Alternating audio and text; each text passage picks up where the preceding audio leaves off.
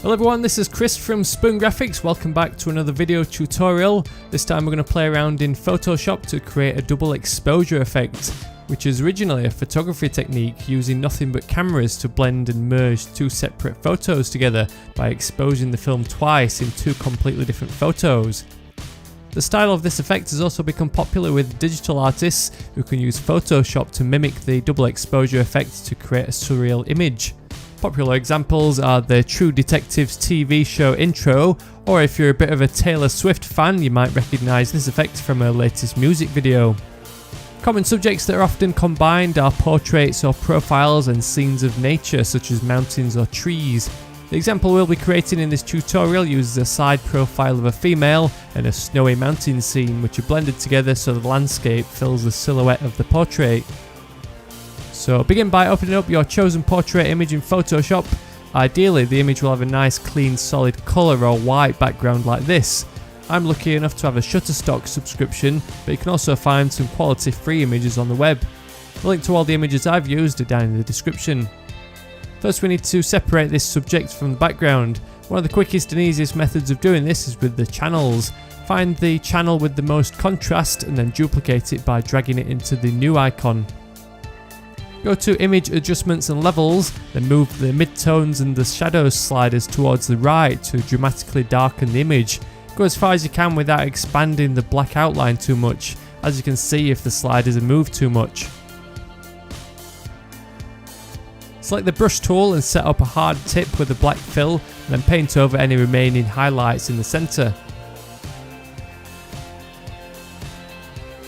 Click on the RGB channel layer to return back to normal, then command and click on the duplicated channel to load the selection, followed by select and inverse. Return back to the layers panel and ensure the background is selected, then copy and paste the clipping onto a new layer. Fill the original background with white. Next, find a landscape image and paste it into the Photoshop document, then move it to the top of the layer stack. Command and click the thumbnail of the portrait image, then apply a layer mask to clip the landscape image. Unlink the mask with the layer by clicking the chain icon, then select the landscape layer thumbnail and go to Edit Transform to scale and position the image independently to find the best composition. Select the original portrait layer and press Command and J to duplicate it. Move it to the top of the layer stack, then go to Image Adjustments and Desaturate to transform it to black and white, then change the blending mode to multiply. Apply a layer mask to this layer, then set up a large soft brush with a black fill. Paint around the edges of the portrait to erase away everything except the facial features. Press X to switch the colours between black and white to toggle between erasing and restoring the image to find the perfect result. Reduce the opacity of this ghostly portrait layer to around 70% so the features are just subtly visible through the landscape. Deselect the mask, then use the eyedropper to choose a colour from the image, then brighten it up by adjusting the colour picker. Fill the background layer with this colour.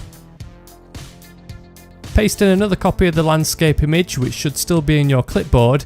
Move it to the top of the layer stack and then go to Filter, Blur and Gaussian Blur and alter the radius to 250 pixels. Apply a layer mask and then erase away this layer so the portrait can be seen again, leaving a vignette style effect around the edges. Reduce the opacity of this layer so the vignette is hardly visible, but it produces some subtle changes in tone. Finish off the effect by applying a layers adjustment layer, then tweak the highlights and shadows to increase the contrast to bring out the details of the image. The final effect is a cool blend of two images to create a surreal piece of art which is perfect for posters or album covers. The big advantage of doing this in Photoshop as opposed to the traditional photography technique is you can experiment with different images to find the best mix. So I hope you enjoyed this Photoshop tutorial. If you did, I'd really appreciate a thumbs up on YouTube to help spread the word, and don't forget you can subscribe to see more video tutorials for Photoshop and Illustrator, or you can visit my website at spoon.graphics for free design stuff. So thank you very much for watching, and I'll see you in the next one.